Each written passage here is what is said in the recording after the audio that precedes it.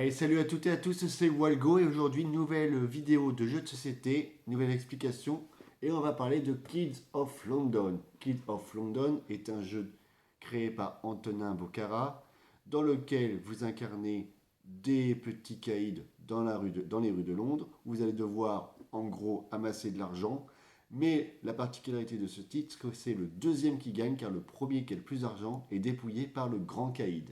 C'est un jeu de cartes de pli et on va dire un petit peu de stratégie. Je vous explique les règles juste après le jingle.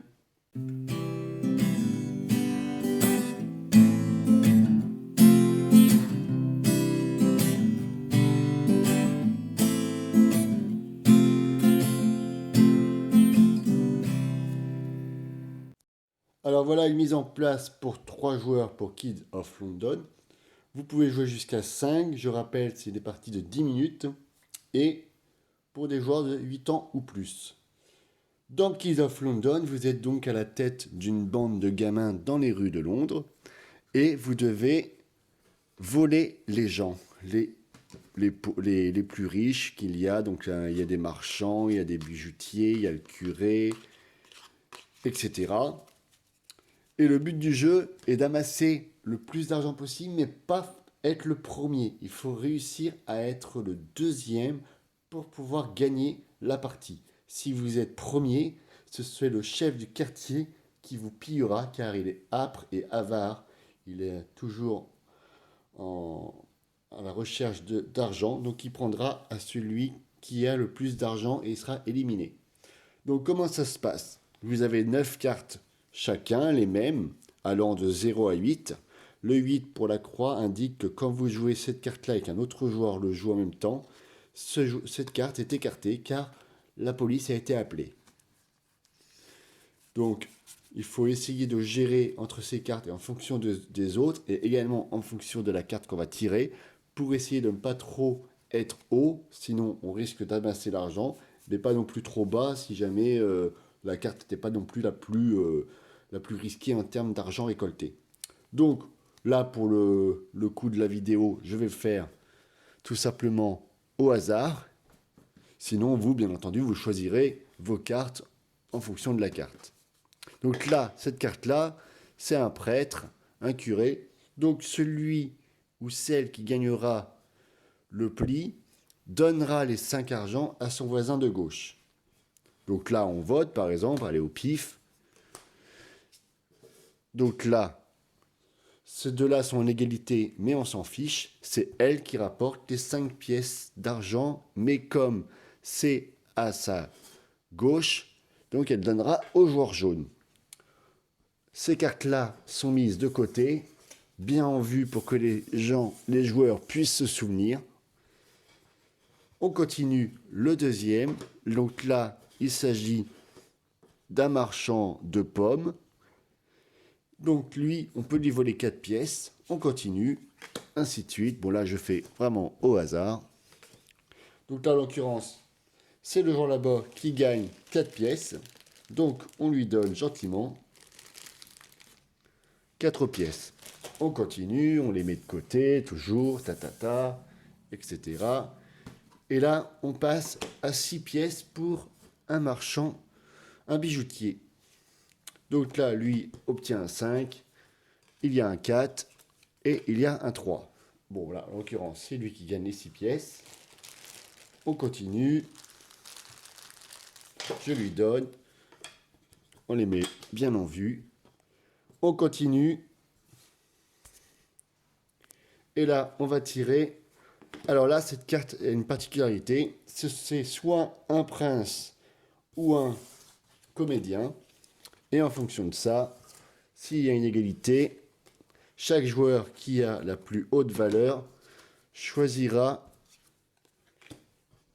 s'il désire recevoir 8 pièces ou 0. Par contre, si cette carte est tirée en fin de manche, que c'est la dernière, c'est obligatoirement un prince.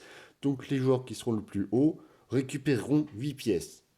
Par contre, là, en l'occurrence, le joueur qui est le plus haut, qui est en l'occurrence lui, peut décider s'il veut 8 pièces ou s'il désire 0. En l'occurrence, là, dans la partie, vu la situation, vaut mieux qu'il choisisse 0. donc il ne reçoit rien. On continue, ainsi de suite, jusqu'à la fin de partie.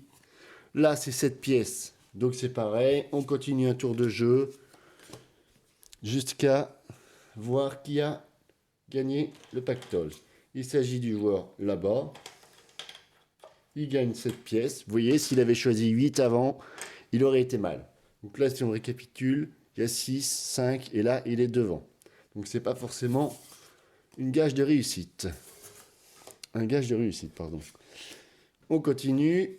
Et là, donc, si il obtient, le joueur qui obtiendra le plus pourra enlever 3 pièces en moins de son pactole. Donc, espérons que ce soit le joueur qui a le plus ici. Mais vu qu'il a 1, ça va être mal parti. Donc là, nous sommes avec 4, 1, 1. Donc là, les deux sont en égalité. Donc, ils peuvent enlever 3 à leur besace.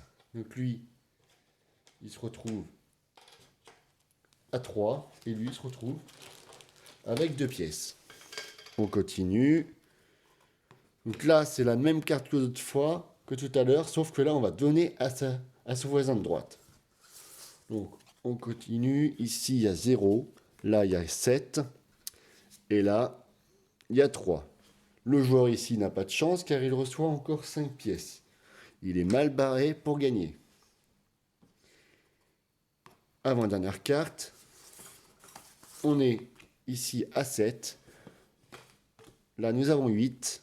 Et ici, nous avons 0. Donc, c'est lui qui gagne les 6 pièces. Là, il est deuxième, donc il est bien parti pour gagner. Et la dernière carte, nous avons plus 4. Et ainsi de suite. Il y a le 8, il y a le 2. Et nous avons 0. Donc là, c'est lui qui gagne plus 4.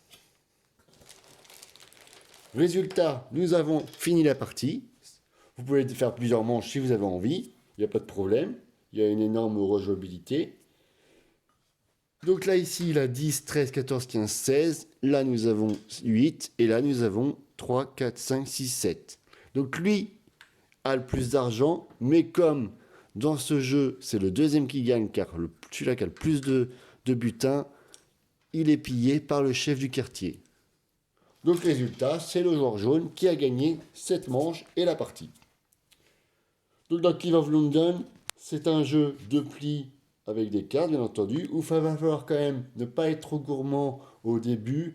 Il va falloir gérer en fonction aussi des autres joueurs qui ont différentes cartes. Bien entendu, par exemple, si imaginons qu'il y avait celui-là au moins 3, évitez de jouer tous en même temps des 8, car les 8, généralement, ils sont sautés quand il n'y en a plus 2 dans le même tour.